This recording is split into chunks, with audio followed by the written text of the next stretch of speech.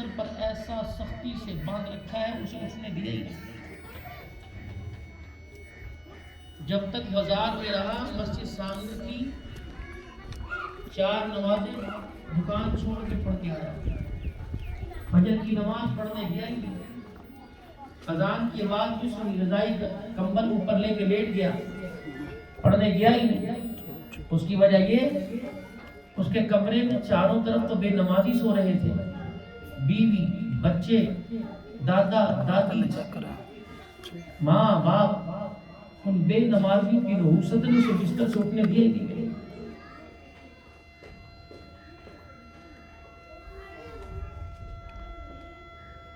100 روپے انسان کے گم ہو جائے اتنا پریشان ہوگا کہ بہت نقصان ہو گیا۔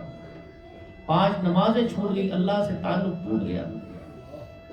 اور جب 5ویں نماز قضا ہو گئی تو آسمان سے فرشتے نے منادی کر دی کہ آج کے دن یہ اللہ کے دربار میں ناکام ہو گیا، اور اللہ اعلان کر رہے اس بندے سے میرا کوئی تعلق نہیں۔ جتنی دنیا کی پریشانیاں، مصیبتیں، جتنے چیونٹیاں، کیڑے مکوڑے، تم جانو تمہارا کام جانے، میری حفاظت کا ذمہ ختم ہو گیا۔ حالات آئیں گے، پریشانیاں آئیں گی، دکھ آئیں گے، پیسہ ہاتھ میں لے کے پھرو گے، ڈاکٹر اپنے پیٹ کے اوپر قلم رکھ دے گا اور کہے گا اس بیماری کا تو میں نے پڑھا ہی کوئی نہیں، میں بڑے سرجن سے، بڑے ڈاکٹر سے، اسپیشلسٹ سے مشورہ کروں گا پھر میں آپ کو بتاؤں گا۔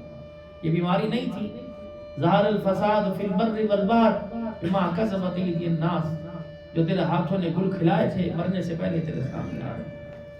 بیماری کی صورت میں، اولاد کی نافرمانی کی صورت میں، بیوی کی زبان درازی کی صورت میں، تنکا جوڑ کے گھر بنایا، پھر بھی چائے والے ہوٹل پہ بیٹھا ہوا ہے کہ یار لاکھوں روپے مالیت کا تیرا گھر بنا، کہتا یار گھر بیٹھنے کو دل ہی نہیں کر رہا۔ کیسے دل کرے گا؟ اس گھر کی دیوار اور جو سیلے اینٹیں لگائی ہیں اور جو گارا مٹی سے چناؤ کیا، جا کے سوکھو تو صحیح، کتنوں کا حق دبایا ہوا ہے، کیسے دل لگے گا؟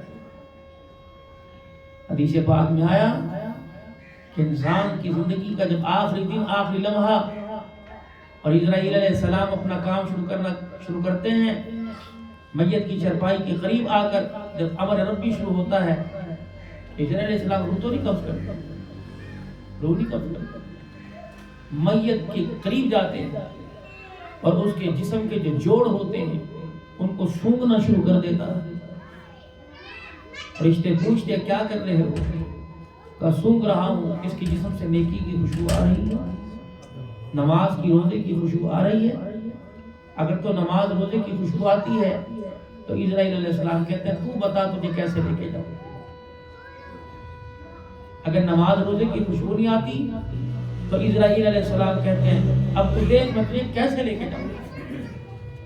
اور یہ 2 جملوں میں فرق ہے، اللہ کو راضی کر لو، اس کے حبیب کی طریقوں کی اطاعت کر لو، ویسے مرو کہ جیسے تم چاہو، مگر نہ اس کے طریقوں سے موڑا۔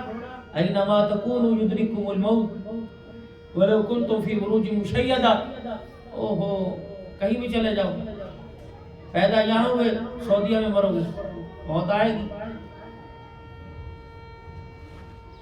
پیدا یہاں ہوئے دبئی میں موت آئے گی، لے جائے گا فرشتہ، گھر آنے کی مہلت نہیں دے گا۔ پرسوں کی بات ہے، رنالہ خورد، یہ اکاڑے کے پاس 10 بجے برات، صبح 8 بجے دولہا تیار ہونے کے لیے گیا، حمام کے اندر تیار ہو کے، وہ کنگن بھی پہن رکھا تھا، واپس آیا، ٹکر ماری ٹرک نے، وہی ڈالا۔ اب مجھے اندازہ لگائیے کہ گھر کے اندر سیرا بھی پڑا ہوگا اور گھر کے اندر دولہے والی پگڑی بھی پڑی ہوگی، ویسٹ کوٹ اور شلوار قمیض بھی ہوگی۔ جس ماں نے اس جوڑے کو 10 مرتبہ دیکھا ہوگا، وہ ماں اپنے بچے کو کفن میں جب دیکھ رہی ہوگی، بتاؤ وہ تو جیتے جی مر گئی ہوگی۔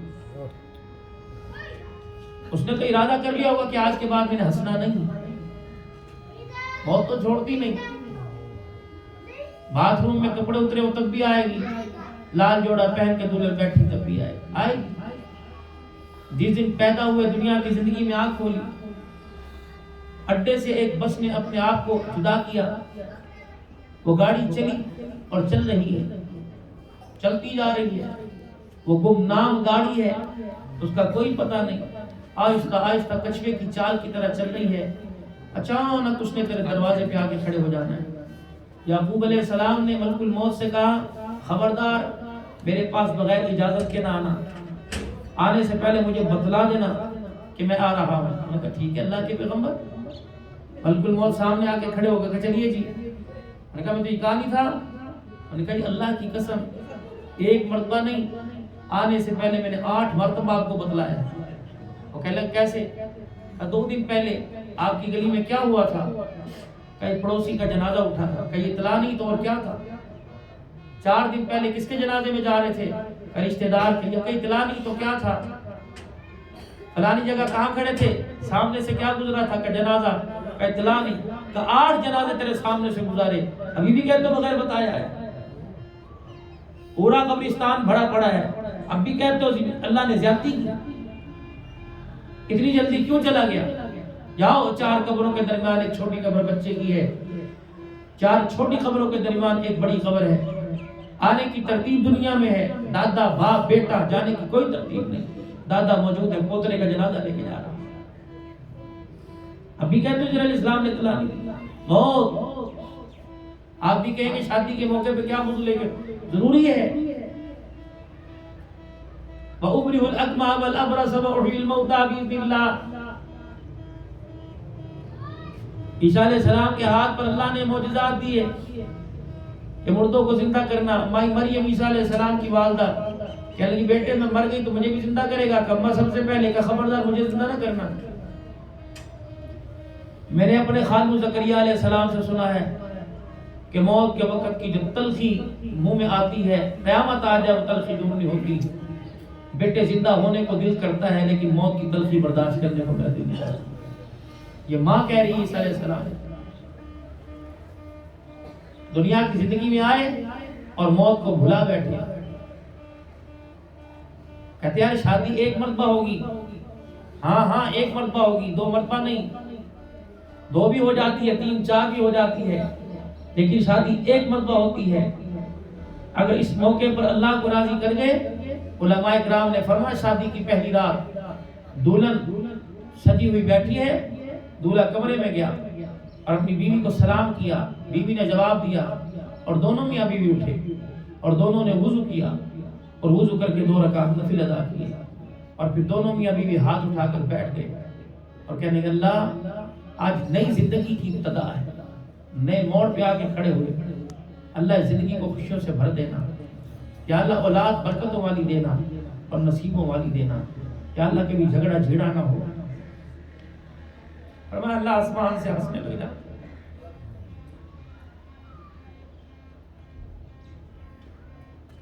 بند کمرے میں میاں بیوی کو اس حالت میں دیکھ کے اللہ ہنسنے لگ جاتا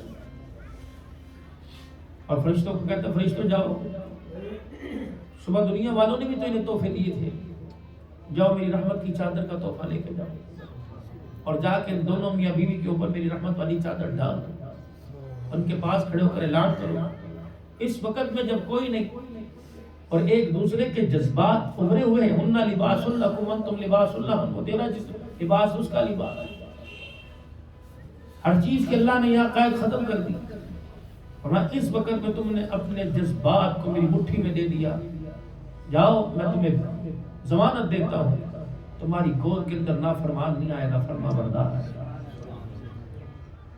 شادی 1 مرتبہ ہوتی ہے، شادی ہے کیا؟ 6 چیزوں کا نام شادی ہے، 2 فرض ہیں، 1 واجب ہے، 3 سنت ہے۔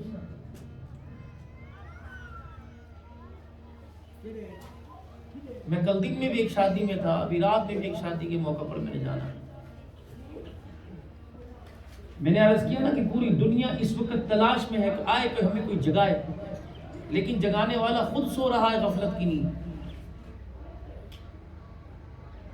اللہ نے اس امت کو جاعل فی الارض خلیفہ بنایا، لیکن اس نے اپنی خلافت کو اہمیت ہی کوئی نہ دی۔ اور خلیفہ اس لیے بنایا تھا، نبی کی نیابت کا تاج اس لیے پہنایا تھا کہ دنیا کے اندر جا کے میرے دین کا کام کرے گا، میرے دین کی مدد کرے گا. لیکن اس نے آ کر دین کے اندر دراڑیں پیدا کرنی شروع کر دی. پھر اللہ کی ایک سنت ہے، اللہ کی ایک سنت ہے، جب اقتدار پر بیٹھ کر اللہ کے دین میں دراڑیں پیدا کرنے لگ جائے اور اللہ کے دین کو نقصان پہنچانے لگ جائے تو اللہ اقتدار چھین لیتے ہیں اور دین بچا لیتے ہیں. اللہ کو اقتدار عزیز نہیں، اللہ کو دین محبوب ہے.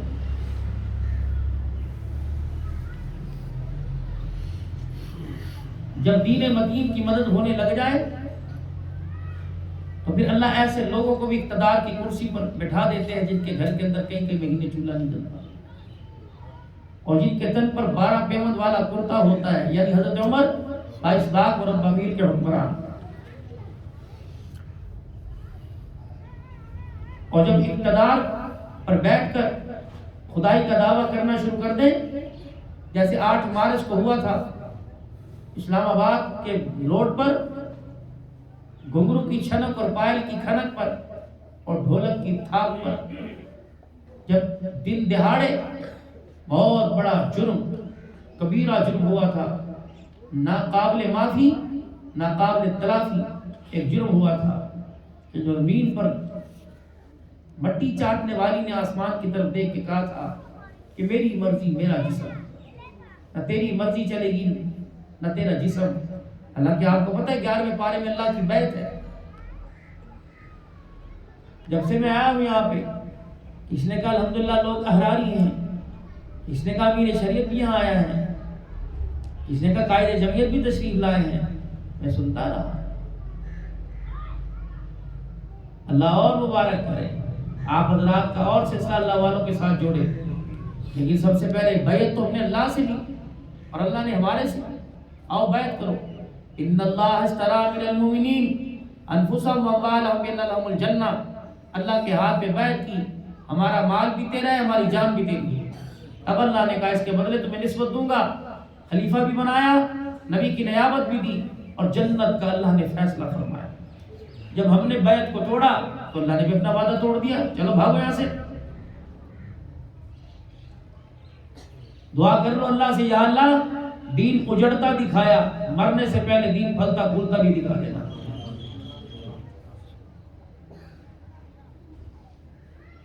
کبھی دنیا کے اندر اقتدار تھا، رات کا اندھیرا، گھر کا دروازہ بجا، بیوی نے دروازہ کھولا، ایک تھکا ہوا شخص اندر آیا. اس کے چہرے کی حالت بتلا رہی تھی کئی دن ہو گئے، بھوک کی وجہ سے چہرے پر کمزوری کی آثار تھے اور اس کے چلنے کا انداز بتا رہا تھا کہ کھانا نہ ملنے کی وجہ سے جسم کمزور ہوا پڑا ہے. اور اس کے حالت یہ بتلا رہی تھی کہ زندگی کے سفر میں اپنے آپ کو گھسیٹ گھسیٹ کے بہت تھک چکا ہے. اور اپنی بیوی کے پاس آ کے بیٹھا، کہنے لگا ایک بات کہوں، ناراض تو نہیں ہوگی؟ اس نے کہا بتلاؤ. کہنے لگا تیرے پاس تھوڑے سے ادھار پیسے مل جائیں گے؟ اس نے کہا کیوں؟ کہ بہت دن ہو گئے انگور کھانے کو دل کر رہا ہے، تھوڑے سے پیسے دے دے انگور کھا لوں. پتہ یہ کون تھا؟ بیوی نے کہا اللہ تیرا بھلا کرے، یا تو تیری بچیوں نے آج پیاس سے روٹی کھائی ہے تو انگور کے پیسے مانگ رہا ہے.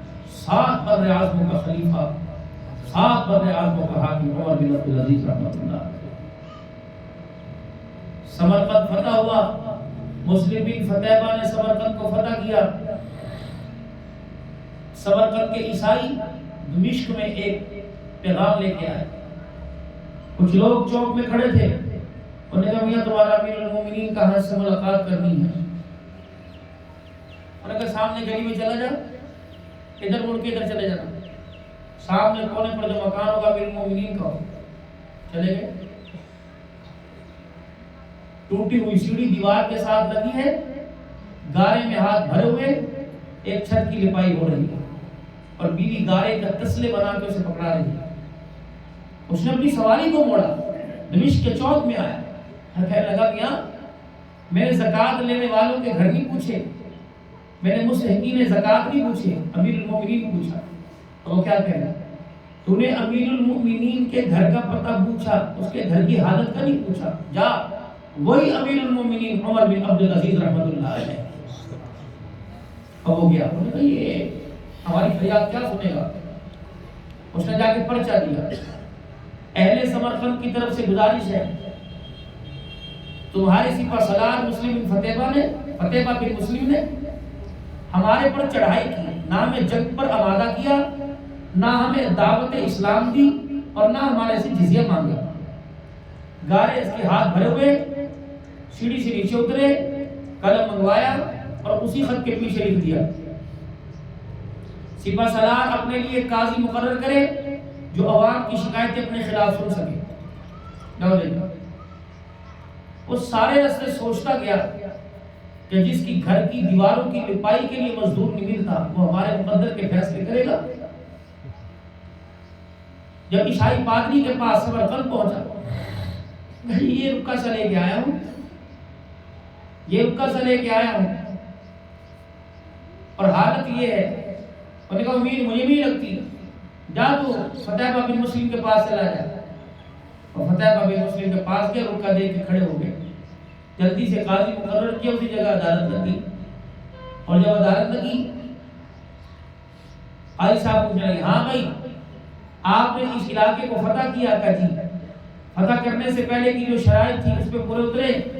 کہنے لگے جی میں نے آس پاس کے علاقوں میں خطوط لکھے تھے اور ہر کوئی جنگ کے لیے آمادہ ہوا تو میں نے سمجھا کہ یہاں بھی جنگی ہوگی. سمرقند تو پھلوں کا اور سبزیوں کا زرخیز علاقہ ہے. اب میں تیرے سے جو پوچھا جا رہا ہے، تو نے اسلام کی دعوت دی؟ نہیں. جزیہ مانگا؟ نہیں. 3 دن کی مہلت دی؟ نہیں. کہ پھر سزا کا جو آپ دیں. قاضی نے فیصلہ اسی وقت لکھا. آج یہ وقت کا فیصلہ ہے، مسلمان حکمرانوں نے جو جنگ کر کے سمرقند کے اندر فتح کے جھنڈے گاڑے ہیں، شام کا سورج غروب ہونے سے پہلے سارے اکھاڑ لو. اور خبردار قاضی وقت کا فیصلہ سنو، شام کا سورج غروب ہونے سے پہلے اپنے سامان سمیت اس ملک کی سرحد کو خالی کرو اور سرحد پار چلے جاؤ. جب شام ہوئی، سورج غروب ہو رہا تھا، مسلمانوں کی جماعت سمرقند فتح کیا وہ سمرقند چھوڑ رہی تھی. عیسائی پادری ایک دوسرے کی طرف دیکھ رہے تھے اور کہتی کیا ہو رہا ہے؟ یہ کس کے غلام ہیں؟ انہوں نے کس کا کلمہ پڑھا ہے؟ یہ کس کے تابع دار قوم ہیں؟ جب سرحدوں پار مسلمان چلے گئے تو پورا علاقہ امنڈ آیا. سارے عیسائی سرحد پار گئے اور مسلمانوں کے آگے ہاتھ جوڑ کے کہنے لگے، خدایا ہم نے دنیا کے اندر بڑے بڑے فاتح دیکھے لیکن تمہارے جیسا فاتح نہیں دیکھا. اتنا عدل انصاف، آؤ ہمارے شہر میں آؤ، ہمیں غلام بناؤ اور حکمرانی کرو اور ہمیں کلمہ پڑھاؤ. حکمرانی کرو، ہمیں کلمہ پڑھاؤ. اور مسلم بن فتیبہ کہنے لگے کس چیز نے تمہیں متاثر کیا؟ تو سارے عیسائی کھڑے ہو کے کہنے لگے جن کے غلام اتنے اعلیٰ ہیں ان کا آقا اتنا اعلیٰ. اللہ نے اس امت کو ساری کائنات کے لیے رہبر بنایا تھا.